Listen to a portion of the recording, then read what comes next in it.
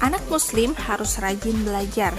Anak muslim juga tidak boleh malas belajar, karena malas belajar bukan sifat dari para nabi. Selain belajar, teman-teman juga harus selalu berdoa, karena dengan berdoa sebelum dan sesudah belajar, maka insya Allah akan memberikan kemudahan kepada kita. Nah, maka dari itu, mari kita simak salah satu kisah seorang nabi yang rajin belajar sejak kecil dan tidak pernah menyerah. Siapakah dia? Ya, kita langsung lihat kisah Nabi Idris alaihi salam. Simak dengan baik videonya ya.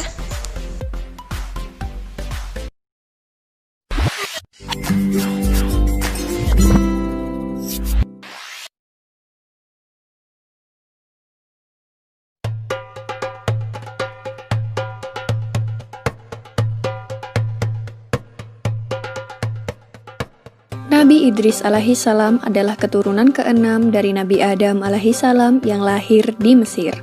Beliau diberi nama Idris karena gemar membaca dan menulis. Nabi Idris adalah nabi yang sangat cerdas. Beliaulah yang pertama kali menjinakkan kuda yang semula merupakan binatang liar.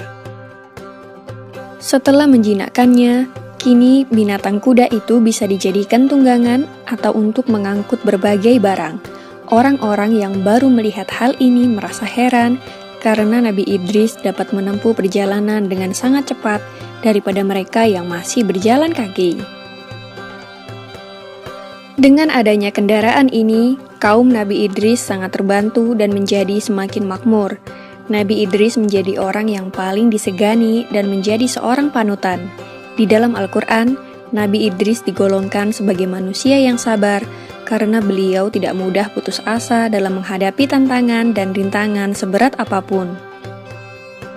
Nabi Idris merupakan manusia pertama yang mulai menulis dengan pena dan dianugerahi berbagai kepandaian oleh Allah.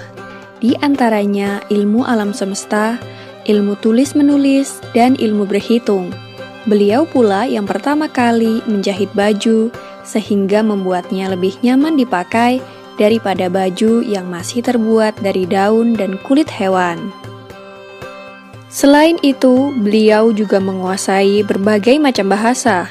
Oleh karena itulah, beliau dapat dengan mudah berkomunikasi dengan manusia lainnya.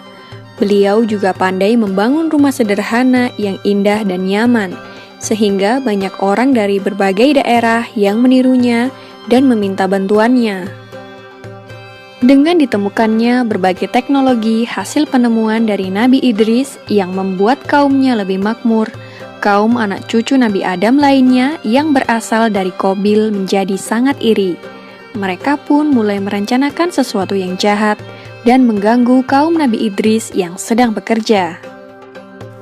Semakin hari, kaum dari Qabil semakin bertambah jahat. Mereka mulai berani merampas harta benda kaum Nabi Idris dan melukai para perempuan dan anak-anak. Jumlah mereka pun juga semakin bertambah banyak, karena orang-orang yang tidak mau bekerja ikut menjadi golongan dari kaum keturunan Qabil. Karena kejahatan kaum keturunan Qabil semakin meresahkan, para penduduk pun mulai melaporkan berbagai kejadian itu kepada Nabi Idris. Nabi Idris lalu pergi menuju sebuah bukit dan memohon pertolongan kepada Allah Subhanahu wa Ta'ala.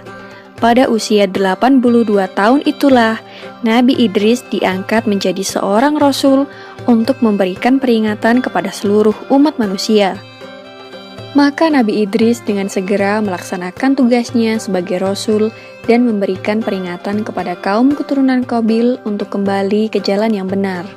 Nabi Idris berkata kepada mereka, "Hai saudaraku, berhentilah mengerjakan perbuatan jahat dan mungkar. Ikutilah jalan kebenaran seperti yang diajarkan Nabi Adam." Namun setelah diperingatkan oleh Nabi Idris, kaum keturunan Qabil malah menjadi sangat marah. Mereka malah menantang Nabi Idris untuk berperang. Maka Nabi Idris dan para pengikutnya mulai membuat berbagai peralatan perang dan membuat benteng pertahanan guna menahan serangan kaum keturunan Qabil. Akhirnya peperangan pun terjadi. Selain menjadi seorang nabi dan rasul, Nabi Idris juga merupakan seorang panglima perang.